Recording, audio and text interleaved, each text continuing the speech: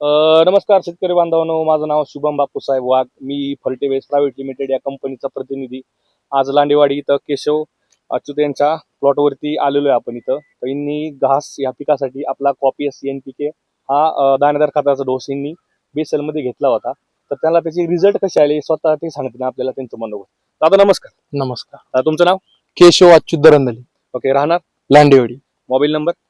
93 7007 1327. Okay. तर मला सांगा तुम्ही तुम्ही घास ह्या पिकाला आपले कॉपीएस NPK वापरलं हा होतं. NPK तर याचे तुम्हाला रिझल्ट कसे वाटले आणि आज त्याची काय स्टेज आहे घासाची तुम्ही सांगा मला. रिझल्ट एकदम भारी आहे आणि घास 3 दिवसामध्ये दिसायला लागला. घासाची मर बी नाही, पिवळापणा नाही, काळून खेर घास आहे एकदम. म्हणजे 3 दिवसामध्ये हा तुमचा 3 दिवसामध्ये घास घास दिसायला आलेला लागला. आहे. तर ठीक आहे. आणि तुम्ही एकरी किती वापरलंय? एक अर्धा एकराला एक बॅग वापरली. ओके. म्हणजे एक बॅग मध्ये तुमचं हा. घास उतरून आला. घास उतरून आला. मर वगैरे काही जाणवते? मर बीर काही नाही. काहीच नाही ना. आणि तुम्हाला जे खत तुम्ही घेतलंय हा.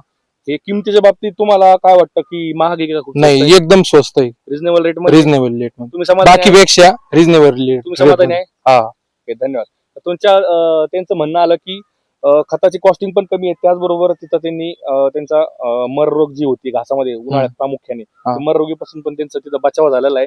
आणि तिसऱ्या दिवशी मध्ये घास पूर्ण उतरून पडलेला आहे. आता त्यांचं म्हणणं आलं की त्यांचे बाकीच्या पिकाला ऊस असेल, गहू असेल, मका असेल, कोणत्याही पिका सुद्धा एकरी वापरायचं प्रमाण एकरी तुम्ही 1.5 बॅग घ्या किंवा 2 बॅग घ्या. रासायनिक खताचं त्याला जर तुम्ही टक्कर दिली तर अजून बेस्ट, नाही दिली तरी पण चांगलं रिझल्ट तुम्हाला चांगले भेटतील. आणि हे मिळण्याचं ठिकाण एकमेव MD agro services Sonai Nitin Darandare यांच्या दुकानात ते तुम्हाला मिळून जाईल. धन्यवाद. ऊसाला वापरायचंय ना आपल्याला. हा.